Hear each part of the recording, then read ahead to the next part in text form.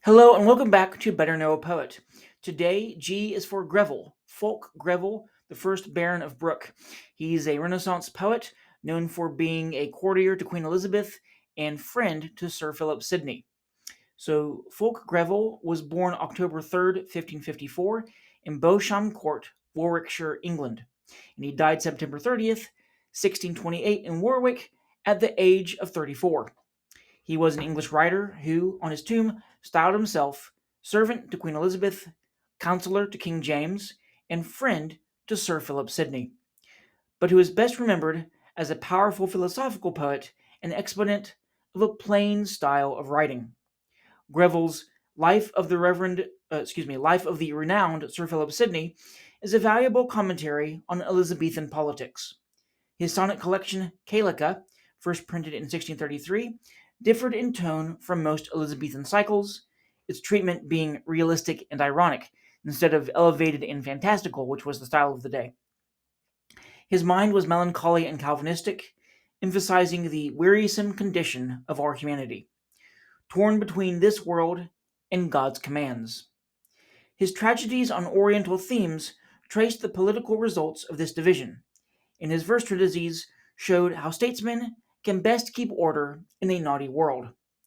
His poem, Humane Learning, was skeptical about the instruments and aims of earthly knowledge, and, in stressing practical improvements, probably owed something to his friend Francis Bacon. Greville was a favorite of Queen Elizabeth. After matriculating to the University of Cambridge in 1568, he was given a post in the court of the Welsh Marches in 1576, but the next year went on an embassy to Europe, the first of several diplomatic missions, and later visited the Low Countries, Ireland, and France. Grants of land and minor offices enriched him, and in 1598, he became treasurer of the navy. By alienating the influential Sir Robert Cecil, he forfeited immediate promotion to high office at James I's accession, but was made a Knight of the Bath. He later restored Warwick Castle, bestowed on him in 1605 by James, and wrote verse treatises and plays. His tact and business ability were finally rewarded. He was made Chancellor of the Exchequer in 1614 and a Baron in 1621. Works definitely by Greville are Certain Learned and Elegant Works, 1633, and Remains, 1670. The tragedy Mustafa was printed, probably piratically, in 1609, and some songs were set to music. He never married, but was, quote, a constant courtier of the ladies.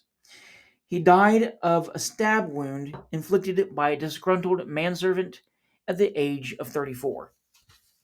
So here's a poem. I have two poems by Greville. First is one of his sonnets from, or one of his poetic cycles from Calica, and then one about his Christian faith. So this is called Myra. I with who I with whose colors Myra dressed her head, I that wear posies of her own hand making, I that mine own name in the chimneys read, by Myra finely wrought, ere I was waking. Must I look on, in hope time coming may, with change bring back my turn again to play? I that on Sunday at the church stile found a garland sweet, with true love knots and flowers, which I to wear about mine arm was bound, that each of us might know that all was ours. Must I now lead an idle life in wishes, and follow Cupid for his loaves and fishes? I that did wear the ring her mother left, I for whose love she gloried to be blamed, I with whose eyes her eyes committed theft, I who did make her blush when I was named. Must I lose ring, flowers, blush, theft, and go naked, watching with sighs till dead love be awaked? I that when drowsy Argus fell asleep, like jealousy o'erwatched with desire, was even warned modesty to keep, while her breath speaking kindled nature's fire. Must I look on a cold, while others warm them? Do Vulcan's brothers in such fine nets arm them? Was it for this that I might Myra see, washing the water with her beauties white? Yet would she never write her love to me, thinks wit of change, while thoughts are in delight. Mad girls must safely love as they may leave. No man can print a kiss. Lines may deceive. It's fantastic. And then the next poem about his Christian faith. Down in the depth of mine iniquity, that ugly center of infernal spirits, where each sin feels her own deformity, in these peculiar torments she inherits. Deprived of human graces and divine, even there appears this saving God of mine. And in this fatal mirror of transgression shows man as fruit of his degeneration, the error's ugly, infinite impression, which bears the faithless down to desperation. Deprived of human graces and divine, even there appears this saving God of mine. In power and truth, almighty and eternal, which on the sin reflects strange desolation, with glory scourging all the spirits infernal, and uncreated hell with unprivation.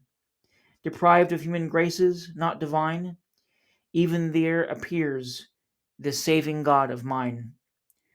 For on this spiritual cross, condemned lying to pains infernal by eternal doom, I see my Savior for the same sins dying, and from that hell I feared to free me come.